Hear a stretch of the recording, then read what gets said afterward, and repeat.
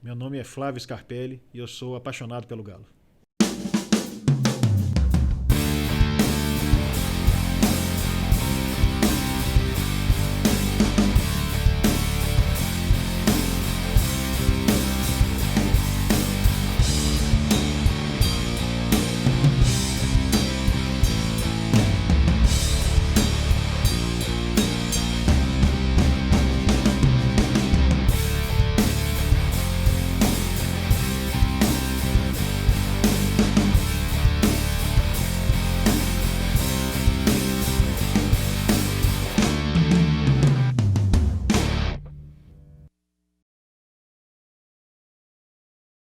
O meu amor pelo Galo começou em 1978.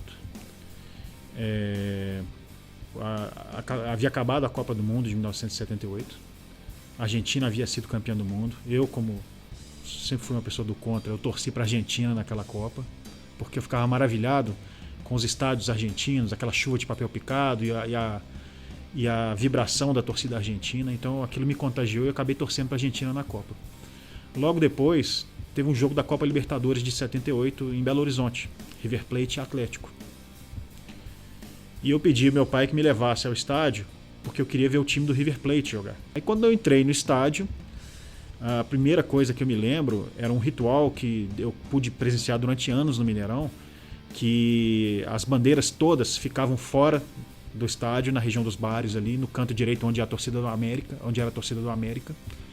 E num determinado momento antes do jogo, todas entravam e percorriam correndo a arquibancada para se posicionar durante o jogo.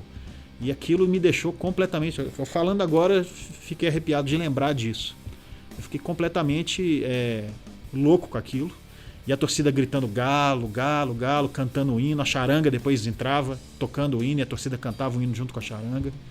Aquilo me deixou maravilhado, porque foi a mesma sensação que eu tive vendo a vibração da torcida argentina no Monumental de Nunes na final da Copa do Mundo, contra a Holanda. E aí começou a partida, o Atlético venceu aquela partida, e quando eu saí do estádio eu já falei com meu pai falei, pai, eu sou torcedor do Atlético, eu vou torcer pro Atlético. Então assim, a culpa de eu ser atleticano é inteiramente da torcida do Atlético, que realmente me cativou naquele dia, quando eu tinha 7 anos de idade. A torcida do Atlético, ela é a alma do Atlético, né? É o que move o time, a razão de existir do time, né? Tem uma frase que fala, que eu acho que explica bem, né? Todos os times têm uma torcida. A única torcida que tem um time é a do Atlético, né? Eu acredito nisso, e realmente isso é o que me fez ser atleticano. E uma outra característica que eu acho que me fez gostar do Atlético é o fato do atleticano ser um cara do contra, né? O atleticano, ele é contra o sistema. Ideologicamente, nós somos contra o sistema, nós somos contra a CBF, nós somos contra a mídia que favorece alguns clubes do Brasil. A gente é um torcedor historicamente que protesta, né? O Reinaldo levantava o punho em protesto contra a ditadura militar. Então existe uma alma questionadora dentro de cada atleticano, né? E o fato também da gente sempre conquistar tudo com muito suor, com muita luta, com muita dificuldade, né? E isso faz parte do DNA do atleticano. É um sujeito que nenhuma adversidade derruba, né? Isso me contagia, e eu me identifico muito com isso, né? Independente do que seja, o que esteja acontecendo, o atleticano, ele levanta às 6 da manhã, fala, hoje eu tenho que trabalhar, hoje eu tenho que ganhar meu ganha-pão. E o mundo pode estar desabando, mas ele nunca deixa de fazer o que é a obrigação dele. E a mesma coisa como torcedor. O mundo pode estar desabando, mas o atleticano nunca deixa de ir ao estádio, de apoiar seu time e de acreditar que a gente vai ser um dia vencedor, como temos sido com muita frequência ultimamente, né? A gente só chegou nesse ponto e conquistou tudo isso porque a gente nunca deixou de acreditar. Tem dois grandes jogadores que, aliás, são vários, né? É muito difícil. Eu tenho ídolos que eu não vi jogar, né? Mário de Castro, Zé do Monte, jogadores que eu não vi jogar. Jogaram na década de 20, 30 e o Zé do Monte na década de 50. Mas eram jogadores que amavam o Atlético. Então, jogadores que eu admiro profundamente a história deles.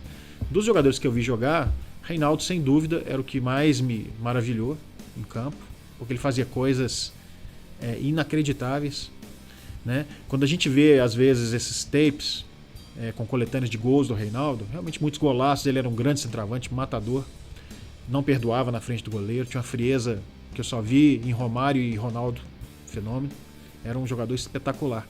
Mas muitas das coisas que Reinaldo fez que foram espetaculares não viraram gols.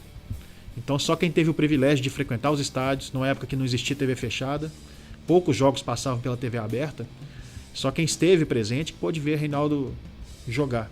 E ele realmente driblava até a torcida, né? As jogadas dele pegavam até a gente de surpresa, imagina os marcadores. O outro grande jogador que devolveu essa magia para o Atlético foi o Ronaldinho Gaúcho. A mesma situação. Quem pega um tape vê as coisas que o Ronaldinho fez que resultaram em gols. Mas só quem foi ao estádio, né, e eu tive o privilégio de ver todas as partidas que o Ronaldo fez em Belo Horizonte, com a camisa do Atlético, só quem foi ao estádio consegue realmente entender o que é você ter um jogador do nível do Ronaldo vestindo a camisa do Atlético. E ele devolveu para o atleticano, inclusive para os jogadores que estavam com ele, que vinham de uma situação muito difícil, muito humilhante para o clube, né? Ele devolveu a autoconfiança, a autoestima. Então ele é um jogador fundamental na história do Atlético, na minha opinião. São os dois grandes ídolos. E eu posso citar também o Vitor, né, que até hoje é idolatrado pela torcida, e Luizinho, Éder e Toninho Cerezo, que compunham com o Reinaldo o grande time dos anos 80. A maior partida que eu vi em campo do Atlético foi nas quartas de final do Brasileiro de 1999. A segunda partida contra o Cruzeiro. Nós já havíamos vencido a primeira partida por 4-2. Naquela semana, o Levir Coupe era o técnico do Cruzeiro. Ele deu uma entrevista dando a entender que aquilo havia sido um acidente de percurso. E o Zezé Perrella deu uma entrevista na Rádio Tatiaia falando que o Cruzeiro nunca perderia 2 partidas seguidas para o Atlético. Como eu não pude ir na primeira, que eu estava viajando, aquilo mexeu com o meu brilho. Eu falei, vou pro estádio porque nós vamos acabar com eles hoje, não vamos esperar a terceira partida, né? E o jogo foi um jogo muito difícil no começo. O Cruzeiro chegou a ficar na frente, e a atuação do Marques e do Guilherme naquela partida, né? Eu acabei esquecendo de citar os dois como grandes ídolos meus também. Foi um negócio extraordinário, né? Aquele terceiro gol do Guilherme, onde a bola bate no peito e na barriga dele, entra devagarzinho para dentro do gol, e ele sai batendo no peito e dizendo eu sou foda, eu sou foda, eu sou foda. Aquilo foi um momento de catarse da torcida do Atlético. Poucas vezes eu vi um Mineirão assim, a metade do Mineirão com tanta festa, né? E do outro lado a torcida adversária sofrendo, né? Foi um momento de muito prazer. Vencer o maior rival sempre é muito prazeroso, né? E vencer num jogo dramático e decisivo, né, torna a coisa maior ainda. E num momento em que no nosso time, depois, analisando aquele time de 99, você vê que o time de 99 não era tecnicamente inferior ao time do adversário. Mas até aquele momento, nosso time era considerado um time inferior tecnicamente. Então foi uma vitória de superação e de afirmação da qualidade daquele time. Foi uma grande partida inesquecível. Um caso curioso que aconteceu comigo foi na Libertadores de 2013. Assim que o Ronaldinho veio para o Atlético, eu comprei o sócio torcedor preto para poder ir em todas as partidas, sem pegar fila, sem ter preocupação com o ingresso. E aí eu e meu cunhado, Lindenberg, a gente começou a ir em todas as partidas. Fomos em todas as partidas. Só que no ano anterior, eu havia comprado uma viagem para a Itália com a minha esposa. Na época eu até tive o cuidado de falar assim, vou comprar para julho, porque em julho a Libertadores já acabou e eu vou poder ir para a Itália tranquilo, não tem jogo do Atlético, eu posso ir tranquilo. E me esqueci que tinha a Copa das Confederações naquele ano e que a Libertadores foi interrompida pela Copa das Confederações. Então o que aconteceu? No dia da minha viagem para Roma, foi o dia do jogo no Paraguai, e no dia da finalíssima eu estaria em Roma, não estaria em Belo Horizonte no dia da finalíssima. E aí a chance de eu cancelar essa viagem era zero, né? Eu ia ter que pagar pensão alimentícia para minha esposa se eu cancelasse essa viagem por causa do Atlético. Eu falei, não, vamos embora, vamos para lá. Peguei o meu cartão, passei para o meu filho, e o meu cunhado passou o cartão dele para o meu irmão levar meu filho na final, e fomos para Roma. Na véspera do jogo, nós fizemos um passeio no Vaticano, fomos conhecer a Catedral de São Pedro, e lá tem um passeio que você vai na parte arqueológica, debaixo da Catedral de São Pedro. Porque ela foi construída em cima de uma necrópole, onde as pessoas enterravam os mortos e onde se acreditava que São Pedro havia sido enterrado. Então, depois, durante a Segunda Guerra Mundial, eles descobriram essas ruínas, essas ruínas arqueológicas, começaram a pesquisar e eles conseguiram localizar o local exato onde São Pedro havia sido sepultado, que é logo abaixo de onde a catedral, a Basílica de São Pedro. Então esse passeio é muito bacana, porque é um passeio que você vai pela história, né? E aí a gente foi nesse passeio, o padre foi explicando tudo, contando como é que era, até onde a gente chega no local onde estão os ossos de São Pedro depositados. E lá a gente observa, fica dentro de uma caixinha hermeticamente fechada, dentro de uma tumba. Aí nesse local o padre falou que a gente podia aproveitar a presença de estar no local sagrado, importante para os cristãos, e fazer uma oração. Eu fazer um pedido, alguma coisa assim, né? E aí a parte engraçada da história, porque eu sempre fui ateu, eu nunca acreditei em nada, né? Mas depois daquela partida do Tijuana, depois daquele gol do Guilherme contra o News Old Boys aos 48 do segundo tempo, você começa a ter dúvidas da sua falta de crença nas coisas. E aí eu tava ali, eu falei assim, não vou perder a oportunidade, o jogo é amanhã, né? Eu não sou uma pessoa egoísta, não quero nada pra mim, eu vou pedir uma coisa que vai alegrar 8 milhões de pessoas. E aí falei, São Pedro, amanhã é a final da Libertadores, ajuda a gente aí, nós precisamos ganhar, a torcida do Atlético merece essa alegria, tem muito tempo que a gente não vence uma coisa realmente impactante, né?